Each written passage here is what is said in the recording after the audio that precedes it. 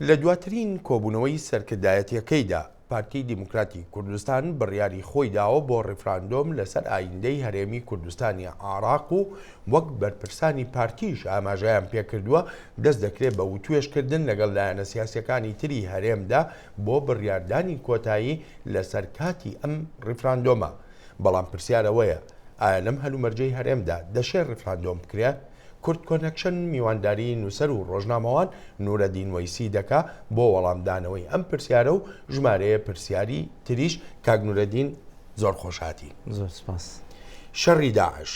قەیرانی ئابووری، قەیرانی دارایی، ناکۆچێکی قوڵی سیاسی لە هەرێمی کوردستانی عێراقدا لەم ڕەوشەدا ڕێفراندۆم دەکرێت؟ ڕاستەکەی من سەرەتا بە ئەوە ڕاستکەمەوە کە بڕیاری ڕێفراندۆم بڕیاری پارتی دیموکراتی کوردستان نییە. لەوانەیە جەنابیشت بزانێت کە ساڵێک لەمەوبەر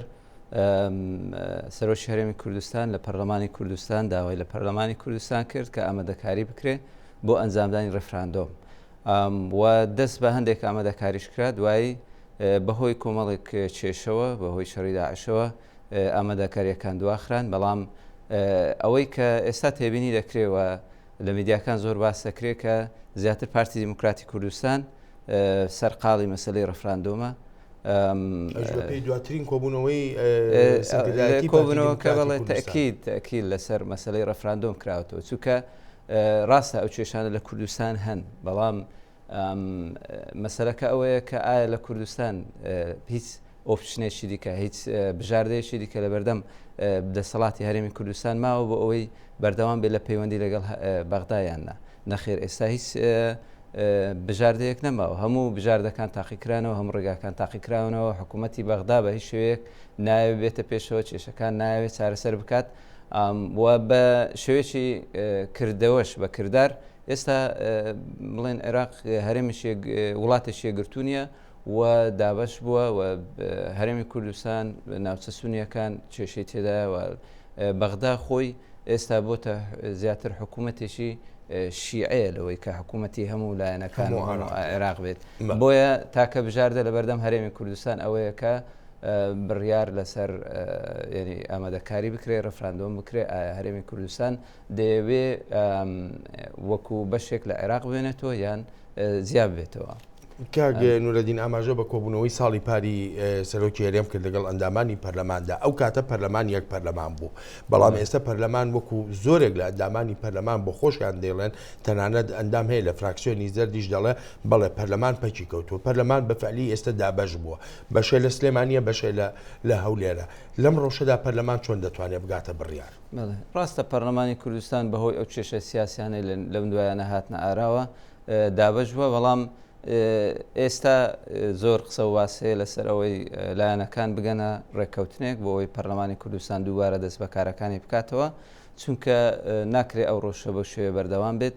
و من دڵنیاشم ینی لایەنەکان 2000 هەردەگەنە ڕێککەوتنێک کە پەرلەمان دەست بەکارەکانی بکاتەوە بەڵام گرنگ ئەوەی ئایا بەداخەوە کە ئەوەی دەبینین لە میدیاکان زۆر جار هێزەکانی تر ینی مەسلەی ڕەفراندۆم مەسلەیەکی نەتەوەییە پێویست ناکات بکرێتە مەسلەیەکی حیزبی و تەماشا بکرێت کە تەنها ئەوە مەبەست و ئامانجی پارتی دیموکراتی کوردستانیان حیزبێکی دیاری کراوە ئەمە ڕاستەخۆ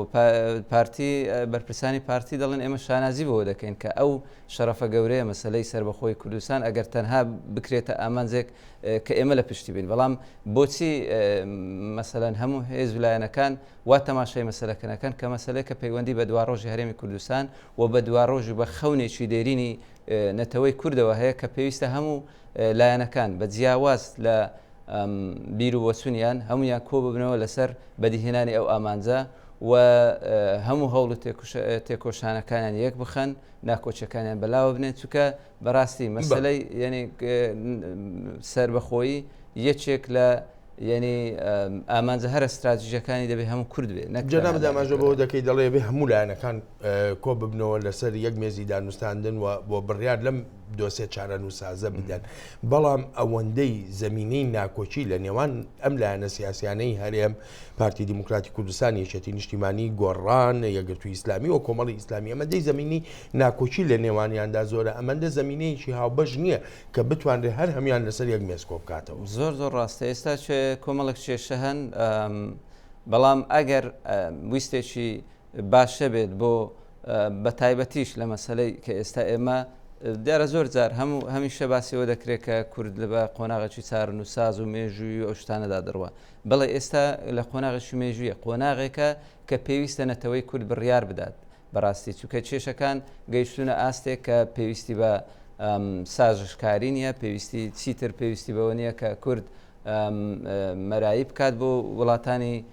بۆ عێراق بۆ بەغدا بۆ ئەوە ینی بڕیار لەسەر چارەنووسی خۆی بدات و مەسلەی خاڵشتر زۆر گرینگە ینی مەسلەی ڕێفراندۆم یا مەسلەی سربەخۆیی بەڕاستی نەکرێتە ینی هۆکارێک بۆ بەکارهێنان لە دژی یەکتر ینی حیزبەکان وەکو ئامرازێک بەکاری بێنن لە دژی یەکتر چونکە 2000 ئامانجەکە ئامانزی هەموو کووردە و مەسلەی زۆر جارش ئەو قسانە دەکرێت بەڕاستی من زۆر جار خەڵکێک دەڵێ کە ئێستا ئامادە ینی گەندەڵی هەیە بکەم و کورتی هەیە فلان شتەیە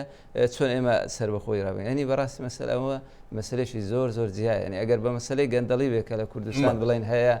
نابێت لەبەر ئەوە سربەخۆی ڕابگرێت دەبێت زۆربەی ئەو وڵاتانێک کە ئێستا سربەخۆن و بە سەدان زاریش لە کوردستان گەندەڵی زیاتر هەیە دەبێت ئەوانی شواز لە مەسلەی سربەخۆی خۆیان بێنێت هەچەندە ئەوە بە هیچ شوەیەک پاسخاو نییە بۆ مەسلەی گەندەڵی بەڵام بەڕاستی ئامانجی سربەخۆیی دەبێت لە سەروی هەموو مەسەلەکانەوە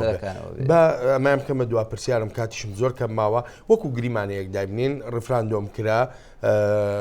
خەڵک سربەخۆیی ویست دەوڵەتی کوردی ڕاگەیەندا ئەم دەوڵەتە کوردیە لە باشووری کوردستانە دەتوانێت درێژە بە خۆی بدا و خۆی بپارێزێ لە ناو ئەو هەموو گەرم و کێشانەی لە ڕۆژەڵاتی ناوەڕاستدا هەن تەنها چلکەم هەیە فەرمی ڕاستە ئێستا ئێمە لە کوردستان لە باردۆخەش یەکجار زۆر